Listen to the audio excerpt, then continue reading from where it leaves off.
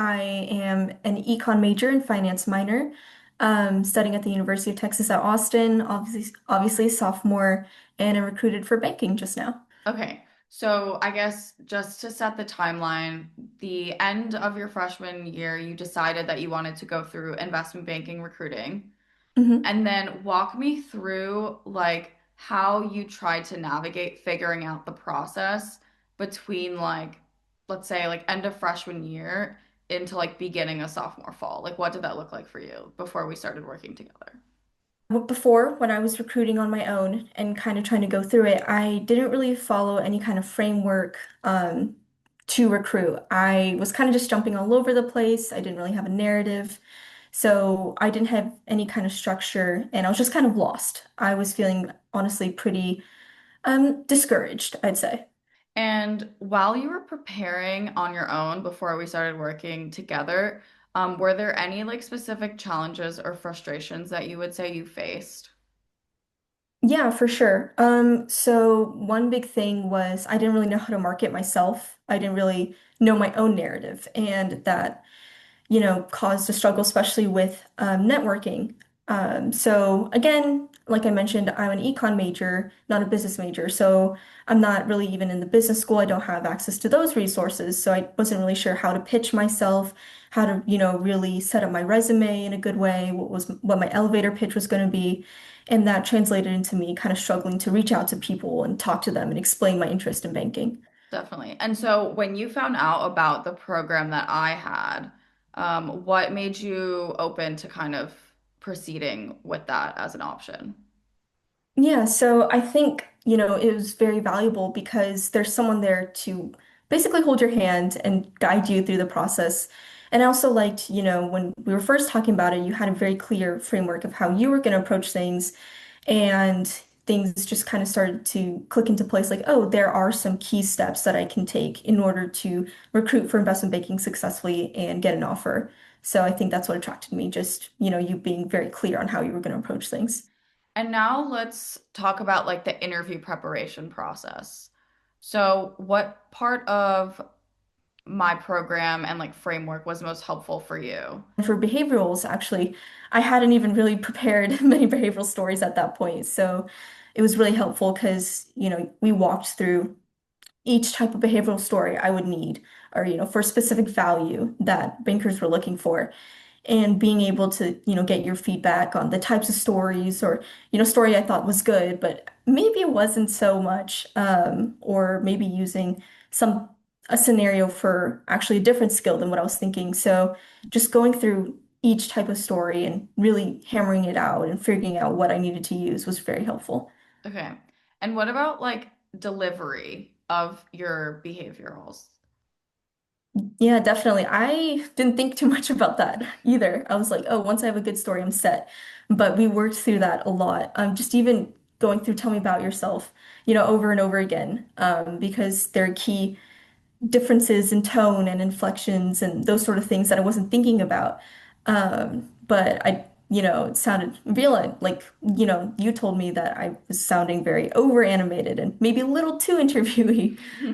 So that was also something that was really helpful. And I kept in mind as I was going through my actual super day. Okay. And did anything surprise you about the process itself in terms of like what we were doing to get you ready? Yeah, again, I think just the amount of time we took on my elevator pitch and my narrative.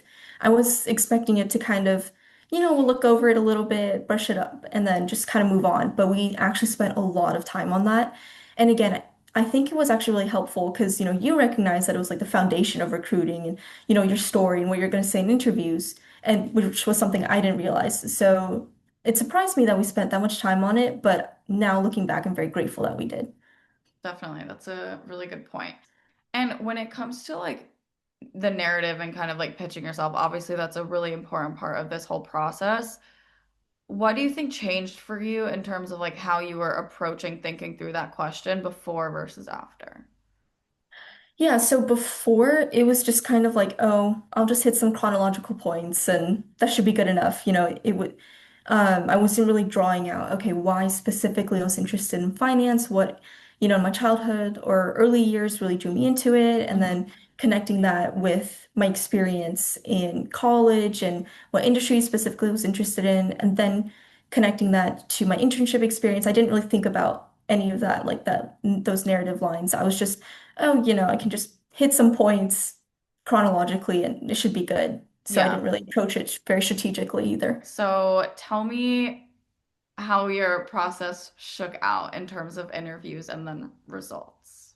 I I think second week of January, I just got an email saying that I had gotten JP Morgan Super Day. So just halfway through the month. And a week later, I did the Super Day and the turnaround time was very fast. So just a day after I got the, notification and the verbal offer. I'm honestly kind of still in shock myself, like, wow, it's not even February. I just did one Super Day and I landed a JP Morgan offer. I'm like, so grateful and so happy and, so excited. Well, super well deserved, of course. How prepared did you feel going into the Super Day? I did feel pretty prepared. Again, I knew my narrative. I knew why I was interested in banking. I knew all my behavioral stories at that point. And then obviously technicals, because we'd gone through it, I knew just some kind of gaps. If I wanted to go through them, I could go through those. Hmm. And then delivery, your final piece of advice was also just be calm, be confident, it's a conversation. And that really helped take out a lot of the nerves and helped with me just being able to talk about myself without, tightening up and getting jittery. Yeah, that's great. If you had advice for anyone, I guess maybe like a freshman who's like watching this in terms of just like going through the process based on like your own, like just like the recruiting process on a standalone basis, like what piece of advice would you give them? Yeah. Again, have a structure. Know what to do at one point in time, which is again, why this program was so helpful because I didn't know what to do at specific, during specific months or specific weeks or whatever. So have a structure. Having accountability is super duper helpful. So yeah, if I were a freshman, I would definitely, start with you from the beginning because I think if I had, who knows, maybe I would have had even more success in networking and, just different points along the line. So if another student was on the fence about working with me, what would you tell them? Yeah, again, having that framework and accountability and, personalized help is very essential, I think. Because, even though I go to a big school and I did have access to some finance orgs and some very helpful upperclassmen, they can't be monitoring your progress and helping you for your specific situation, right? So having someone who can do that, who can, really check up on you and give you that personalized advice just made all the difference. Again, the progress from before and then after is like kind of like night and day. Like it's very different. And yeah, I mean, I guess my results kind of speak for itself. I landed the JP Morgan offer pretty early on and now I'm done recruiting. So I would So, definitely say go for it. okay. Thank you.